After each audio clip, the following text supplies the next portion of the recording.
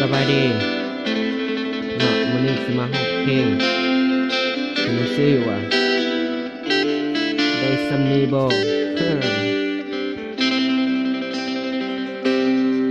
สิให้รับแต่บทเจ็บสันติชาตินี้เกิดมา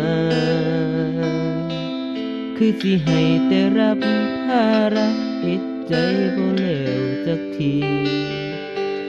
ผิดหลายบ่เป็นคนบ้านนอกกระจอกแท้บ่เป็นผู้บ่าวอินดีไผสร้างบทนี้เอาหยังน้อมาตัดสินคือต้องการเข้ามาของเจ้าเป็นคือดาวกลมตัวมาตัวก่อนดินให้อ้ายลงหักให้อ้ายลงอินกำลังสิฟินก็ตัดสินให้เจ้าไปต่อ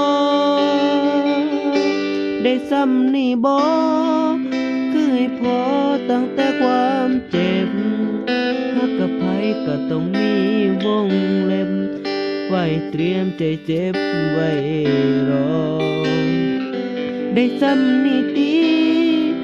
หลายกว่านี้เฮ็ดบ่ได้เลยบ่ความสมหวังหน้าตาจังใดน้อ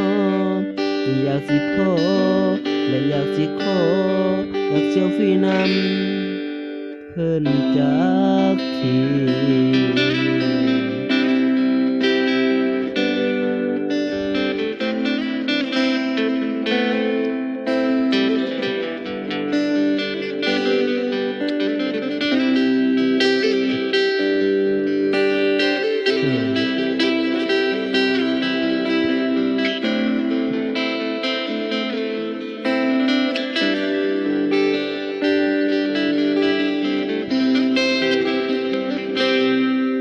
คงต้องเล่นไปตามบทแล้วเนาะจักสิพอ